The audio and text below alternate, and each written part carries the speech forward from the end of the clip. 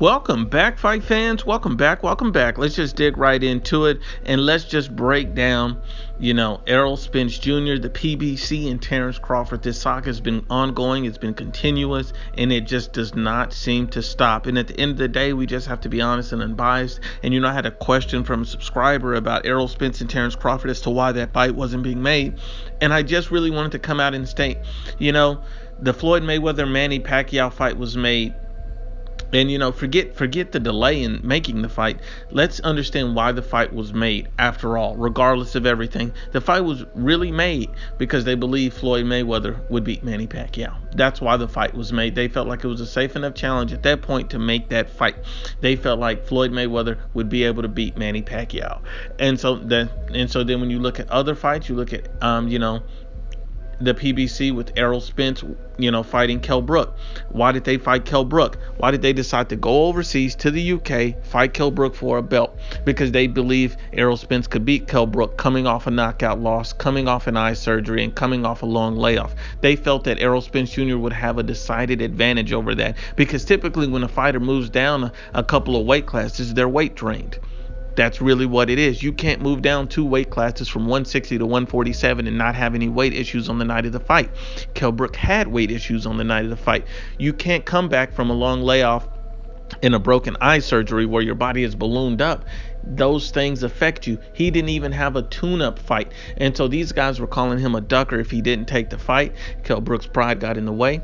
He took the fight and ultimately he lost. Now, Kell Brook is a warrior. He stood in there for 11 rounds. I believe a healthy and a Kell Brook would have presented a completely different challenge to Errol Spence. But even if you look at Kell Brook, he still arguably won the first 6 rounds. He was very competitive, moved Errol Spence Jr. back, made Errol Spence Jr. look like we've never seen before. And it wasn't any particular boxing skills. These guys were just moving forward.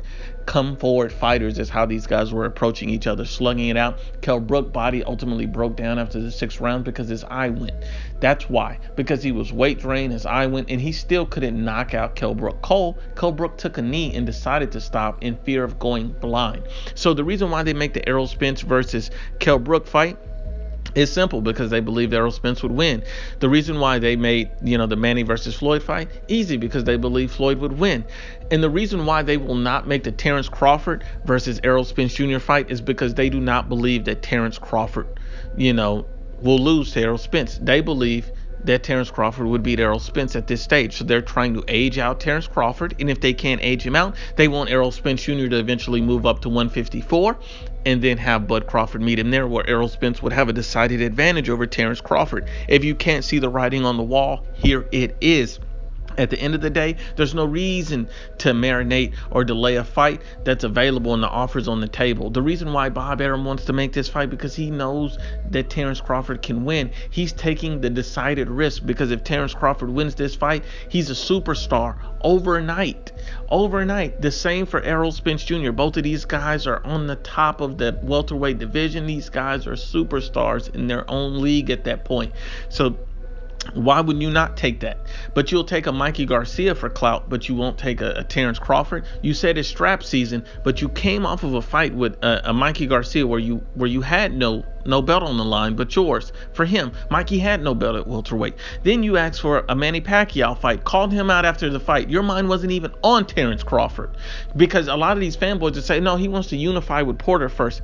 BS, and this is why. Because he wasn't thinking about Sean Porter. He was thinking about Manny Pacquiao. He wants smaller fighters with no belts and an opportunity to clout chase. He don't want difficult or real competition in a guy like Terence Crawford. You see how his name is missing from his mouth every time in every post fight. The PBC are allergic to Terence Bud Crawford because they know he's the best in the division. He has the most skilled and he's the boogeyman of the welterweight division. At the end of the day, if we're honest and unbiased, the PBC does not believe Errol Spence Jr. can beat Terence Bud Crawford, because if they did, they would immediately make that fight.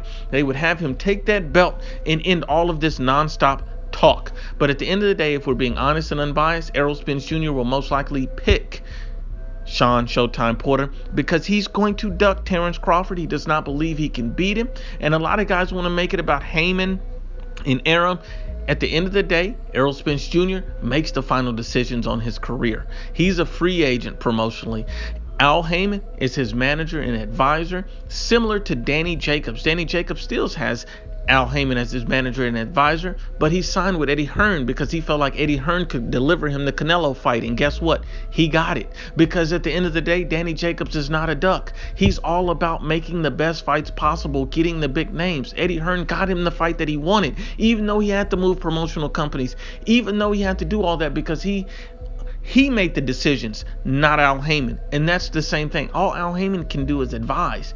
It's up to Errol Spence Jr. to take that advice and to allow it to manifest. At the end of the day, Errol Spence Jr. doesn't want Terence Crawford. He wants the easy road. That's why he accepted Mikey. See, he didn't have to accept Mikey calling him out. He didn't have to go and call out Manny Pacquiao and ignore Terence Crawford. And he doesn't have to pursue Sean Porter and continue to ignore Terence Crawford. It's all a game because these guys simply believe they cannot beat Terence Bud Crawford. But once again, Unbiased as always, it's the IBFP. Please share, like, and you must absolutely subscribe.